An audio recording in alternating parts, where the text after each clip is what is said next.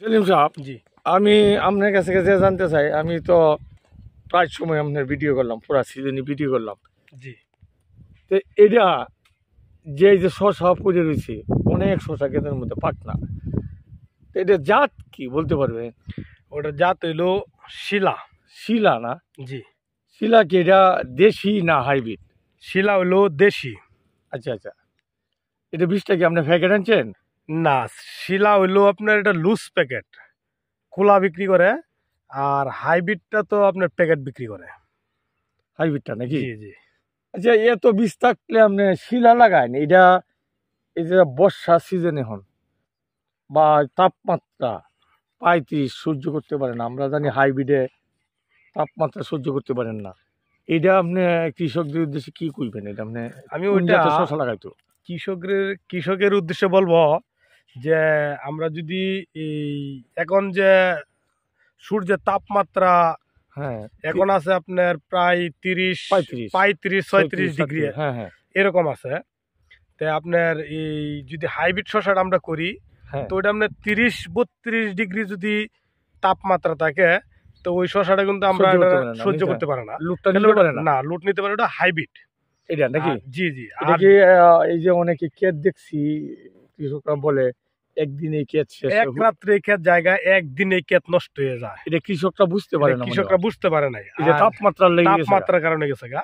আর যে শিলা, শিলা হ্যাঁ। শিলার যে শশাটা আছে, ওটা আপনার এই 35 কেন, ওটা যদি 40 ওভার হয়ে যায়, হ্যাঁ, আমরা তো বাংলাদেশের 40-এর উপরে যায় না, কিন্তু 40 যদি ওভার হয়ে যায়, তারপরে ওইটা তাপমাত্রা নিতে পারে, লুট নিতে পারবে, লুট নিতে পারবে।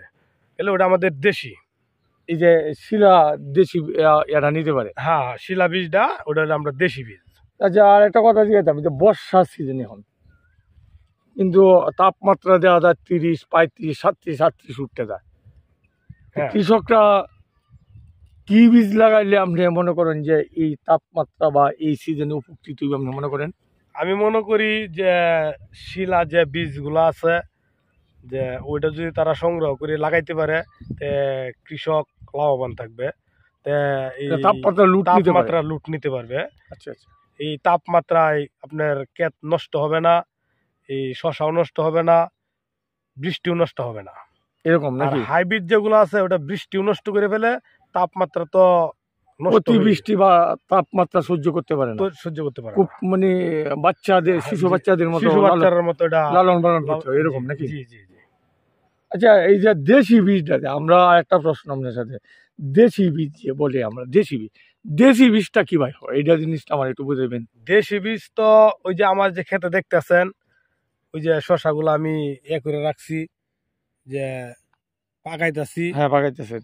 ওই শশাগুলো আমি যদি সুন্দরভাবে আমি কাইটা রোদ্র শুকায়া একবারে সুন্দর করে বীজটা আমি রাখি, হ্যাঁ, তাহলে ওইটাই আমার দেশি বীজ হবে। এইটাই দেশি বীজ? ওইটাই দেশি বীজ।